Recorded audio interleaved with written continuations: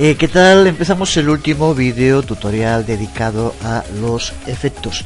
Terminábamos el anterior viendo cómo, a diferencia de lo que ocurre cuando trabajamos con un único conjunto de elementos, en los cuales ponerlos en cola y que se vayan reproduciendo sucesivamente, es muy sencillo. Sin embargo, no ocurre lo mismo cuando tenemos diferentes conjuntos de elementos para producir efectos. Cómo conseguir que estos no se reproduzcan a la vez, sino que se vayan reproduciendo secuencialmente. Terminábamos el anterior video tutorial dejando abierta una duda que solucionaremos hoy. Pero antes de ver esa solución, vamos a profundizar un poco más en este tema del trabajo con distintos conjuntos de selectores para poder sincronizarlos y por lo tanto que se ejecuten en un determinado orden. Para eso vamos a volver al proyecto que estamos utilizando últimamente y vamos a incluir en él dos nuevos párrafos.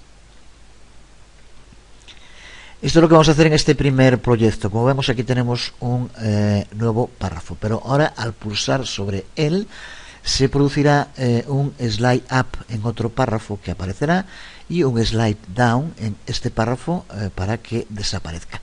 Lo que queremos es que no ocurran a la vez, sino que primero se lleva a cabo el slide up y posteriormente el slide down. Son, sin embargo, dos selectores distintos.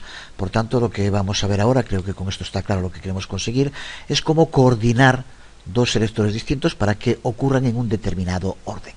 No sé si se verá bien en el vídeo de nuevo, pero si lo pruebas, como vemos, primero se produce el slide up y posteriormente el slide down, que hace que desaparezca este otro párrafo. Así que para hacerlo, primero vamos a incluir dentro de nuestro archivo HTML, este irá con el nombre de efecto 6HTML, dos nuevos párrafos que aquí vemos sin más. No necesitamos darle ni ID ni una clase, ya que usaremos la numeración como hicimos antes mediante el uso de equal y q, y que en este caso serán los párrafos 2 y 3, porque recuerda que empieza desde 0.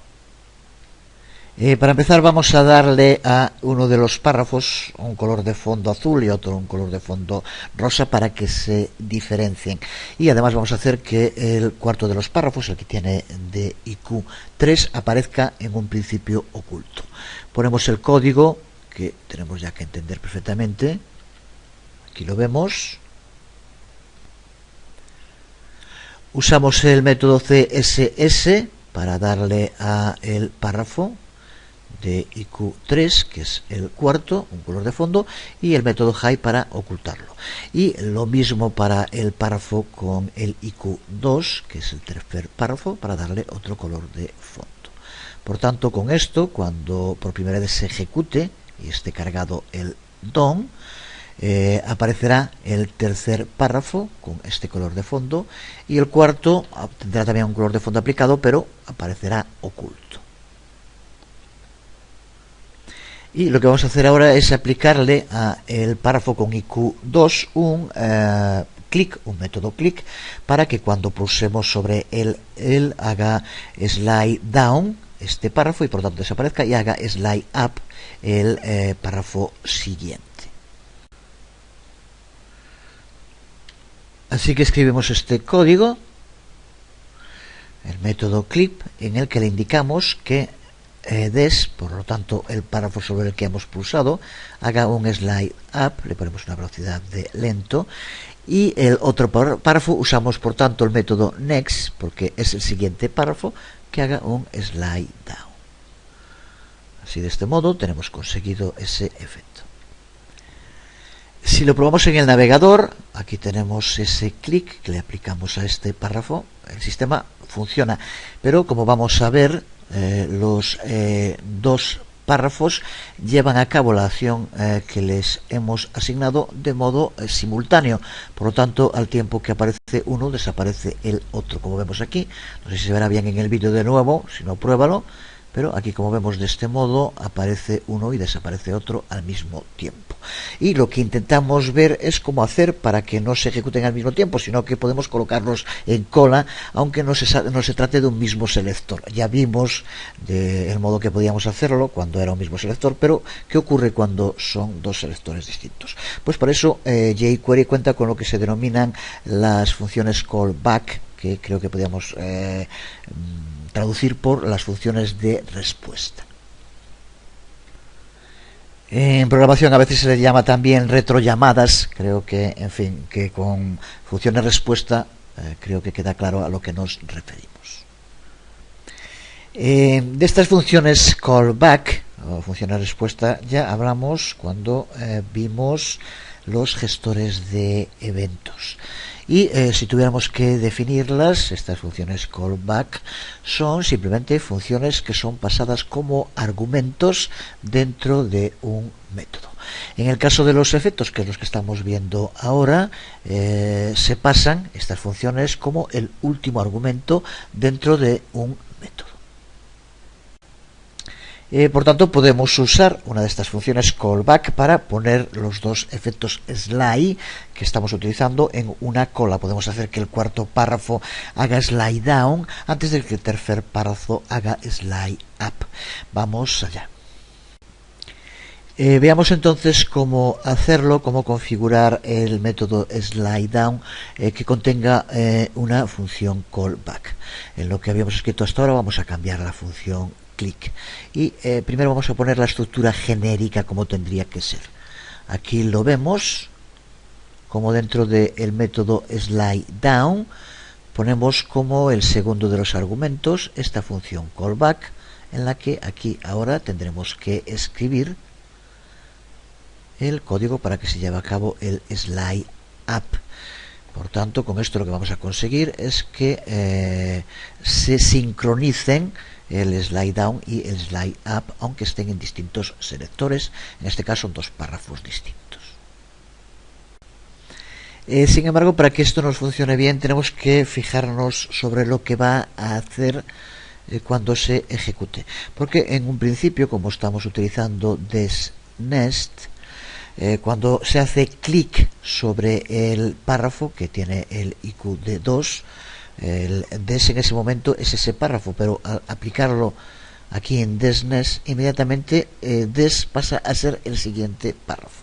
Con esto, si utilizáramos el slide up dentro con el des, lo que haría sería hacer referencia a el párrafo que no queremos. En resumen, que al ejecutarse el código, a lo que se refiere des cambia de párrafo, por tanto el párrafo que queremos que aparezca lo que haría sería desaparecer y nos volvería a aparecer el mismo. Así que lo que tenemos que hacer para que esto no ocurra es conseguir que des se mantenga sin modificarse. Y el modo más sencillo de conseguir mantener la referencia de des siempre al mismo párrafo es almacenarlo en una variable externa a la que podemos llamarle de cualquier modo y dentro del método click. Con lo que el código dentro del método click, incluyendo esa función callback de respuesta, nos quedaría como lo que aquí estamos viendo. Como vemos, empezamos por crear esa variable a la que le asignamos des y a la que llamamos des para, por ejemplo. Y posteriormente utilizamos des para nest, por tanto, para el siguiente párrafo, el slide down, y la función de respuesta dentro como argumento del método, en la que le pasamos de nuevo des para slide up, slide. Si probamos con este código, observa como ahora al pulsar primero aparece el cuarto párrafo y posteriormente hace slide down el tercero como queremos. Pues una vez visto lo que son las funciones callback y cómo utilizarlas, podemos volver al código que dejábamos sin solucionar al final del anterior vídeo tutorial. Si recuerdas, lo que queríamos es que al pulsar y moverse los botones, que ese color de fondo, en lugar de aparecer al principio, apareciera después de que se hiciera el fade in y el fade out. No encontrábamos el modo de poder ponerlo en cola. Ahora ya sabemos la solución, es el uso de las funciones de respuesta, las funciones callback. Aquí tenemos los dos sistemas que intentamos utilizar al final del anterior vídeo tutorial, tanto encadenando el método CSS al final como llamando de nuevo al selector. En los dos casos, como veíamos, se ejecutaba al principio. Vamos a ver ahora entonces cómo hacerlo, incluyendo dentro del método fade2 una función de respuesta. Así que por lo tanto lo que hacemos, como decía, es añadir al método fade2 como argumento una función de respuesta. Esto hará que se ejecute solo después de que tenga lugar el fade2. Por lo tanto, con esto conseguimos que sea al final de esta cadena que tenemos aquí. El código escrito, aquí desde luego hay que poner una coma separando, function, y como vemos después como función de respuesta incluimos lo mismo, des, que van a ser a los botones que se están moviendo, a deep button, que recuerda que es el que está ejecutando, le dan un color de fondo al que indiquemos, pero esto solo va a ocurrir después de que tenga lugar el fade2, porque ahora esto está vinculado con ese método en concreto, y por lo tanto conseguimos que el método CSS entre también dentro de la cola. Aquí tenemos esta última versión. Si pulsamos ahora, observa cómo los botones hacen exactamente lo mismo, pero el color no cambia hasta el final, después de que tiene lugar el fade in de nuevo. Todas estas versiones irán dentro de los archivos de ejemplo. Recuerda que algunas pueden ir comentadas para ir modificándolas dentro del código, las buscas y las comparas. Y con esto terminamos el apartado dedicado a los efectos. Lo vamos a dejar aquí para no empezar con el nuevo tema, que será el bloque que comencemos en el siguiente vídeo tutorial, en el que vamos a ver cómo jQuery nos permite manipular directamente el DOM, que es una de sus grandes potencialidades. Será a partir del siguiente vídeo tutorial, y justo el bloque anterior a empezar a ver el modo en que jQuery nos ayuda a trabajar con Ajax, que es otra de sus funcionalidades fundamentales. De momento nada más, este vídeo tutorial corto para justo acabar con los efectos. Os habló Jesús Conde, nos vemos.